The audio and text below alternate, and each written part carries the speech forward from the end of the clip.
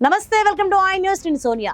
Russia భారత్ల మధ్య ఉన్న ప్రత్యేక బంధం గురించి మరోసారి ప్రపంచానికి చాటి చెప్పారు రష్యా అధ్యక్షుడు వ్లాదిమిర్ పుతిన్. కీలక అంతర్జాతీయ అంశాలపై భారత్, రష్యా దాదాపుగా ఎప్పుడూ ఒకే వైఖరిని ప్రదర్శిస్తాయని ఆయన స్పష్టం చేశారు. అంతేకాదు, ప్రపంచంలో అత్యంత వివేకం, తెలివైన నాయకులు భారత ప్రధాని నరేంద్ర మోదీ ఒకరంటూ ప్రశంసల వర్షం కురిపించారు. అయితే భారత్కు క్రూడ్ ఆయిల్ ఎగుమతుల కారణంగా ఏర్పడిన వాణిజ్య లోటును ఎలా సరిదిద్దాలనే దానిపైన పుతిన్ కీలకమైన ప్రతిపాదన చేశారు.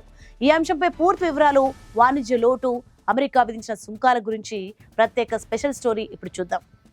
సోచి వేదికగా జరిగిన వాల్దాయ్ చర్చా వేదికలో రష్యా అధ్యక్షుడు వ్లాదిమిర్ పుతిన్ చేసిన వ్యాఖ్యలు ప్రపంచ దేశాల దృష్టిని ఆకర్షించాయి. భారత్, రష్యాల మధ్య ఉన్న సంబంధాలు ప్రత్యేకమని పుతిన్ నొక్కి చెప్పారు.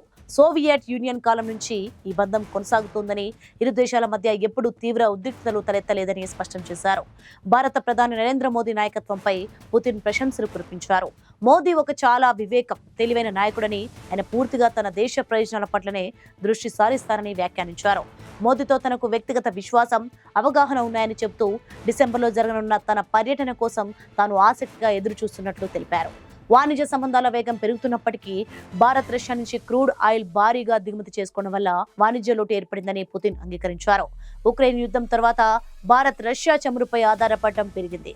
ఆగస్టులో మాత్రమే భారత్, రష్యా నుంచి $3.6 బిలియన్ విలువైన శిలాజ ఇంధనాలను కొనుగోలు చేసింది. దీనిపై తీవ్రంగా స్పందించిన అమెరికా భారతీయ వస్తువులపై 25% సుంకాన్ని, రష్యా చమురు కొనుగోలుపై అదనంగా 25% లెవీని విధించింది. ఈ చర్యల వల్ల భారత్పై మొత్తం సుంకాలు ఏకంగా 50% పెరిగాయి. అయితే ఈ వాణిజ్య లోటును తగ్గించేందుకు పుతిన్ ఓ ముఖ్యమైన ప్రతిపాదన చేశారు. రష్యా భారతీయ వ్యవసాయ ఉత్పత్తులు, ఔషధాల దిగుమతిని పెంచాలని యోచిస్తున్నట్లు వెల్లడించారు. లాజిస్టికల్, ఫైనాన్షియల్ అడ్డంకులను అధిగమించాల్సి ఉందని కూడా ఆయన స్పష్టం చేశారు.